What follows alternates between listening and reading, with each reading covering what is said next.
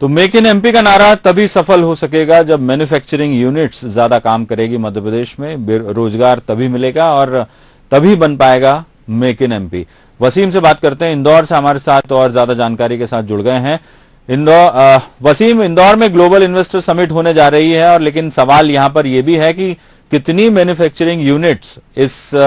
Global investors summit में आ रही है। जो मंजूरी अब तक 3000 प्रतिनिधियों की मिली है उसमें से ऐसे कितने हैं जो कि मैन्युफैक्चरिंग में दिलचस्पी दिखा रहे हैं?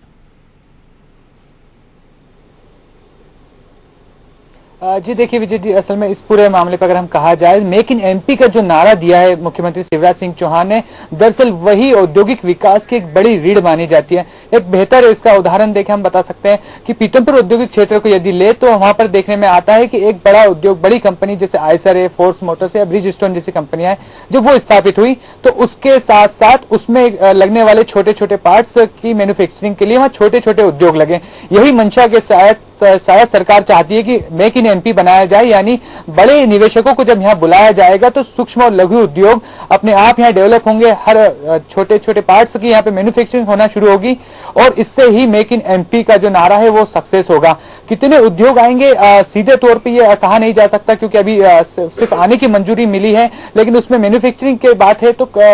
बड़ी कंपनियां जो है वो काफी इंटरेस्टेड है पूरे मामले को लेके कि यहाँ पे मैन्युफैक्चरिंग यूनिट लगाएं। एक बड़ी बात विजय जी हम इस पूरे मसले में कह सकते हैं कि जिस तरह पिछली बार एक्सपोर्टेक हुए और जो यहाँ के स्थानीय उद्योगपति है उनको विदेशों का दौरा कराया गया, तब भी सरकार की यही मंशा थी कि जो यहाँ पर मैन्युफैक्चर हो रहा है इससे ज्यादा से ज्यादा बाहर एक्सपोर्ट किए जाए। इसी मंशा को लेके, क्योंकि यहाँ पर एक विकास हमारी जो बात हुई थी मुख्यमंत्री शिवराज सिंह चौहान से कल, उसमें भी यही बात आई थी कि पूरे एमपी में अलग अलग औद्योगिक क्षेत्र में मैन्युफैक्चरिंग यूनिट को बढ़ाना है और साथ ही 187 औद्योगिक क्षेत्र वर्तमान में उसमें नए उद्योगों को लगाना है। इससे सबसे बड़ा फायदा यह होगा कि अलग अलग क्षेत्र में अलग अलग रीजनल के तौर पर डेवलपमेंट होगा और कहीं ना कहीं ये सब चीजें मिलकर पूरे एमपी को मेक इन एमपी का जो नारा है उसे सक्सेस करेगी। विजय जी बिल्कुल वसीम,